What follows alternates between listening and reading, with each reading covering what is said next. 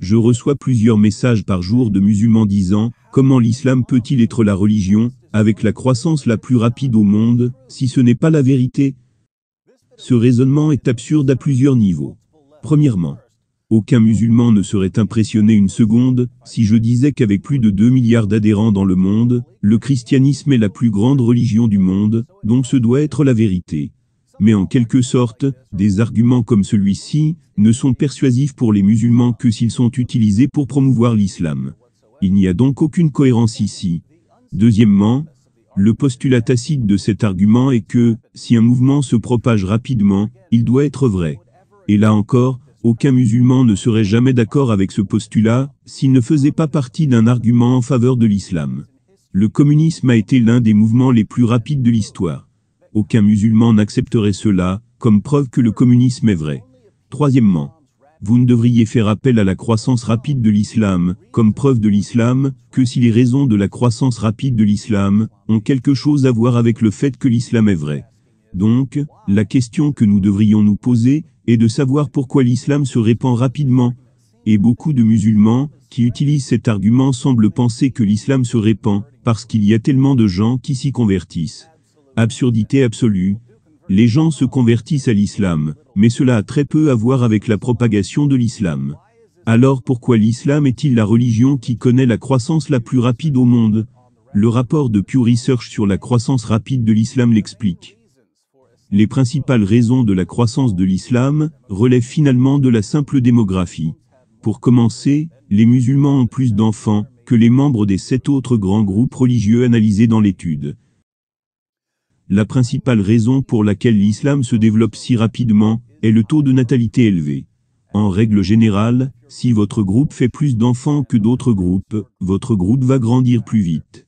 Pew Research fournit un graphique montrant que partout où il y a une population musulmane importante, les taux de natalité musulmans sont plus élevés que les taux de natalité non musulmans.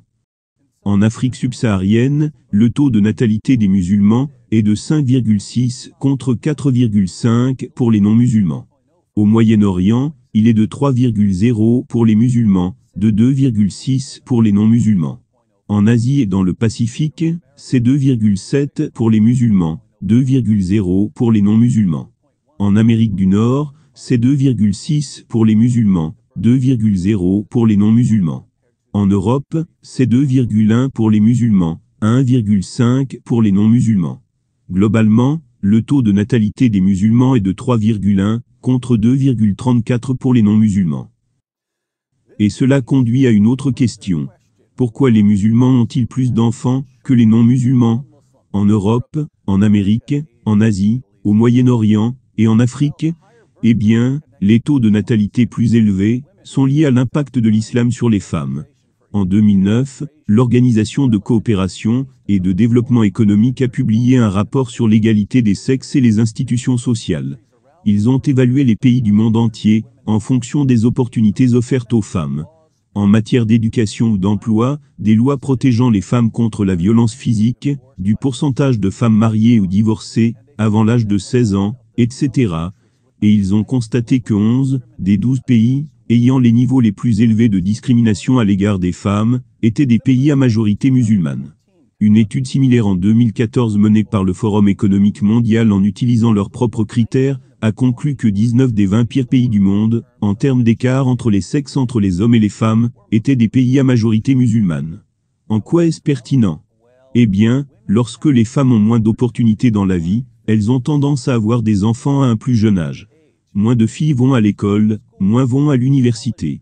Il n'y a pas beaucoup de carrières qui s'offrent à elles, leurs parents les marient à un plus jeune âge. Au lieu de fonder une famille dans la vingtaine, elles fondent une famille au début de leur adolescence. Et les taux de natalité augmentent, donc les musulmans ont tout simplement plus de bébés que les non-musulmans, et cela parce que l'islam réduit radicalement les opportunités pour les femmes. Alors, nous comprenons maintenant pourquoi la population musulmane augmente si rapidement. Mais l'islam ne se développe pas seulement rapidement en termes de population mondiale, il se développe également rapidement en Occident. Là encore, cela n'a pas grand-chose à voir avec les conversions à l'islam. La principale source de croissance de l'islam en Occident est l'immigration. Pourquoi tant de musulmans fuient-ils les pays musulmans et se déplacent-ils vers l'Ouest? Surprise, surprise, les ordres d'Allah de mener le djihad contre les hypocrites, et les ordres de Mohammed de tuer les apostats, ont conduit à une instabilité sans fin dans les terres musulmanes. Il y a toujours un groupe qui accuse d'autres groupes d'être des hypocrites, ou des apostats, et de vouloir les tuer pour cela. Les gens qui veulent juste vivre une vie paisible, et offrir un bon avenir à leurs enfants décident de partir. Et où vont-ils? Ils se dirigent vers l'ouest. En grand nombre. En mettant tout cela ensemble. Pourquoi l'islam se développe-t-il dans le monde? Il augmente en raison des taux de natalité élevés, combinés au conditionnement psychologique. Pourquoi l'islam se développe-t-il en Occident? Il se développe en Occident, car l'islam a tendance à produire des pays instables, dans lesquels beaucoup de gens ne veulent pas vivre. Maintenant, à tous mes amis musulmans qui me disent quotidiennement que l'islam doit être vrai, car il se développe si rapidement. Par souci de clarté, vous devez inclure les raisons de la croissance de l'islam dans votre argumentation. Donc, l'argument devrait être quelque chose comme ça. En raison des enseignements d'Allah et de Mohammed, les femmes des pays musulmans ont moins de droits et moins d'opportunités que les femmes des pays non musulmans. Cette discrimination fondée sur la religion conduit à des taux de natalité plus élevés. Et les nombres massifs d'enfants produits sont conditionnés psychologiquement à rester musulmans et à être à l'abri de toute critique de l'islam. Mais même si ces enfants resteront probablement musulmans, ils ne veulent pas rester dans les pays musulmans, à cause des éruptions de violence sans fin, de ceux qui prennent au sérieux les ordres d'Allah de faire le djihad. Par conséquent, ils se déplacent vers l'ouest, aussi vite qu'ils le peuvent. Et l'islam se répand rapidement dans ces pays, assez aimables pour les accueillir. Une religion qui fait tout cela doit sûrement être vraie. C'est votre argument, mes amis musulmans. Et c'est l'argument le plus populaire pour votre religion.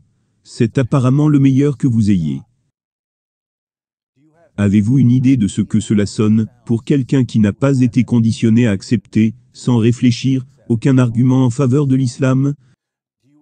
Vous entendez vous-même? L'islam opprime les femmes. Il menace de décapiter les gens qui quittent l'islam, et il produit des pays dans lesquels les gens ne veulent tout simplement pas vivre. Donc ça doit être vrai.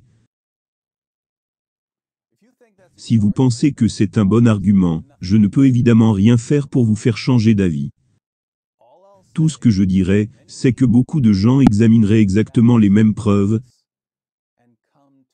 et arriveraient à la conclusion opposée.